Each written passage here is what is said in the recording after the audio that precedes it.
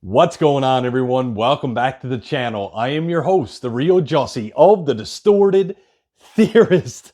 And today we are on the second last episode of an amazing show that is coming to a close. That is What If? Season 3, Episode 7, What If the Watcher Disappeared? Now, as we know, he's been intervening in a bunch of storylines, a bunch of multiverse storylines that he shouldn't have any hands in, but for some reason, he is doing so. But before we get into discussion, any of that, as always, if you want to support our channel, help us grow, me and Peter, we're on our way to 10K. Make sure you hit that subscribe button, hit that like button. Leave me a comment down below if you're enjoying the series season so far. And where do we go from here? The Watchers that were watching The Watcher have now put The Watcher on chill. Looks like they're bringing him into some kind of multiversal dimensional prison trial because they need to know, why is he doing what he's doing? I want to know why the Watcher's doing what he's doing. Why now does he deem it necessary to be interfering in these what-if storylines that seemingly mean nothing by themselves, but obviously we're heading to a series finale. There's got to be a threat. There's got to be a reason. There's got to be something. But there's only one way to find out, and that is to get into the reaction for What If Season 3, Episode 7, What If the Watcher Disappeared, right now.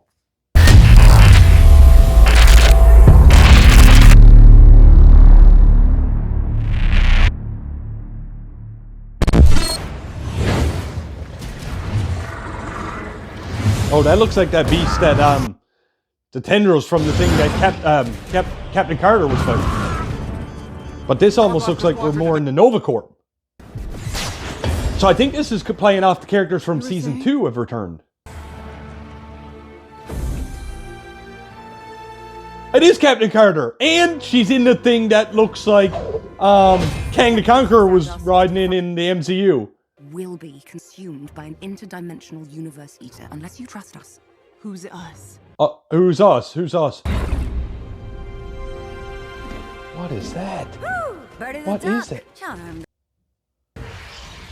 Do I know? The Mohawk Nation. Kahori is back! One of my favorite characters! Is this who I think it is? Oh, do you have Thor on the team?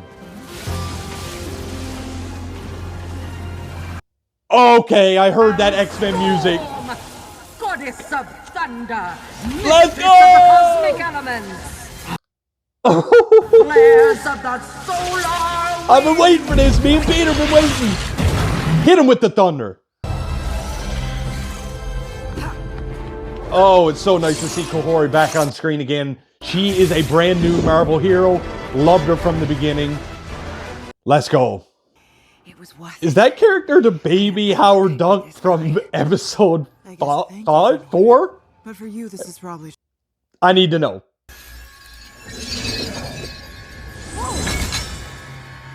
Oh, that's from the end of the last episode. Huh? Why those shards, though? What is... Is it a tear in reality? A tear in reality? But that would mean... Peggy? They're... The Watcher. So they know. Yes. He's in trouble. Oh, that's sick. I'm ready for this episode. Let's go. They are a prism of infinite reality, This is a different voice because the Watcher can't do it now. where every choice has a consequence. Who am I hearing Creating though? Who is that? What you could possibly imagine. I am Sounds the familiar. eminence, Almost like Jarvis. entity of the multiverse, by observing those who are sworn Maybe another to watch over, Watcher, I guess. ponder the most dangerous question of all. What if this is like the one above all If from the comics?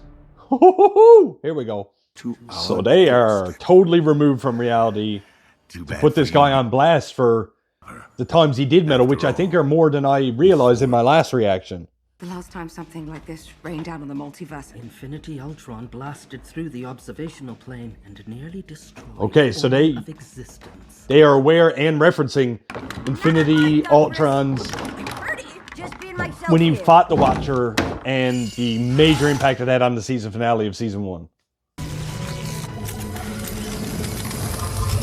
Seeing Kang the Conqueror's vehicle being used for interdimensional travel, knowing what we know about the MCU and Kang and Jonathan Majors, like, the fact that they're still using it, will we ever see him again?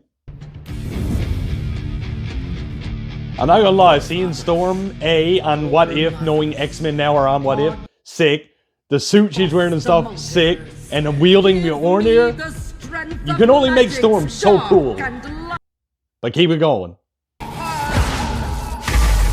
Ah, there it is. Now we're just casually trying to use the Bifrost to get to the 5th dimension, like only Storm can do.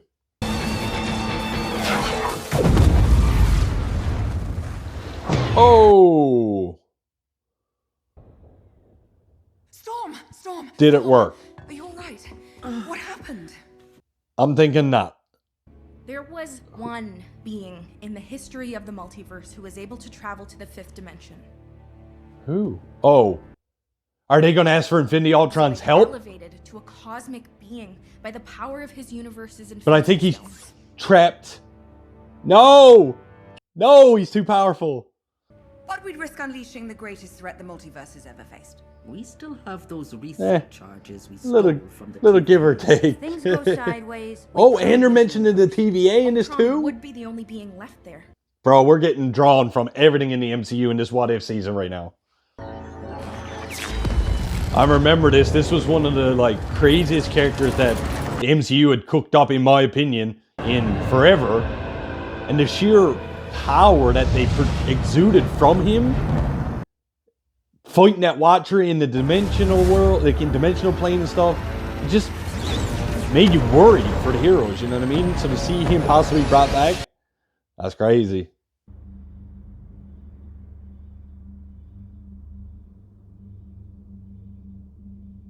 He lives. He lives.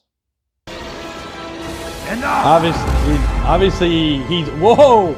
Obviously he helped Peggy, but they just won't give him a chance to speak. No, I can end you with the snap of my fingers. Yeah, you can. Oh, a Watcher showed up to take her? And then what? Did Ultron... Oh, he zapped him. So... No! What are you doing? He's absorbing it. Power. So the human side of this Ultron is actually acknowledging that in order to right every wrong, or to attempt to, he's going to help our remaining 3 heroines. Somehow he got escalated to one of the most powerful beings in the whole MC universe, I guess. What's higher than off the charts? Infinity. Oh, that was a dope line. That was a dope line. Let's go. 5th dimension. Here we come.